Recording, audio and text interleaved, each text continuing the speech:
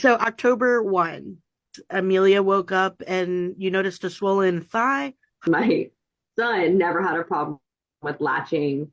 So I would breastfeed him throughout the night, and my husband would bottle feed Amelia.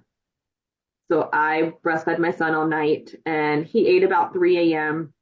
He went back into his bassinet. Amelia then woke up, and my husband would take her out to the living room because he liked to watch TV and feed her.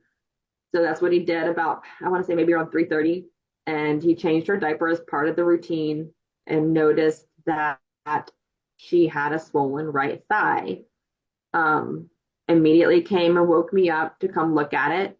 I got up, went and looked at it. It was swollen and like a little flopped like to the side a little bit. Like she didn't want to move it.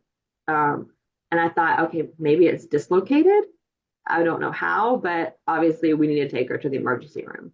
I called my mom to come watch my 3-year-old who was sleeping in the bed, and then obviously my twin son.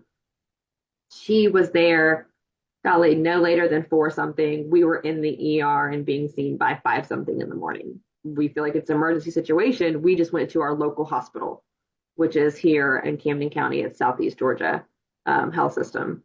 And they did an x-ray and they told us her femur was broken. Me and my husband were beside ourselves, not understanding how in the world her femur was broken. That's all they told us, and that at that point she needed to be transferred down to Wolfson's because they didn't have an adequate pediatric orthopedic department to further assist her. And we're like, absolutely. We were just discharged 7 weeks ago. We'll go right down.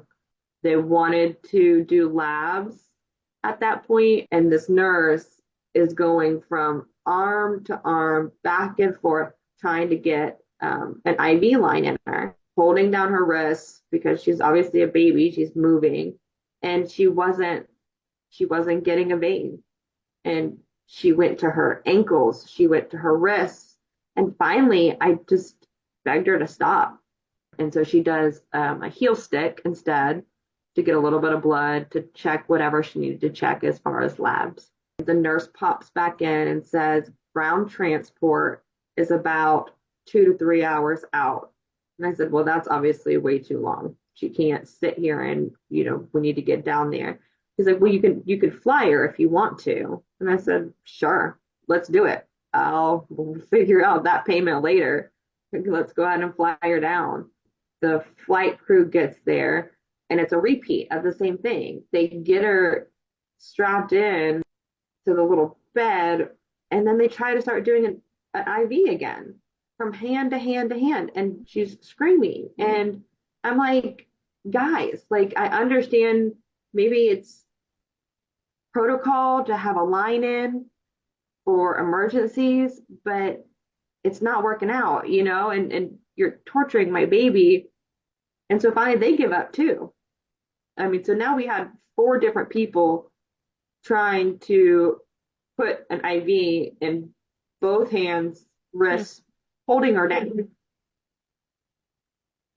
They fly her. We follow in our car. Like we can see the helicopter above us.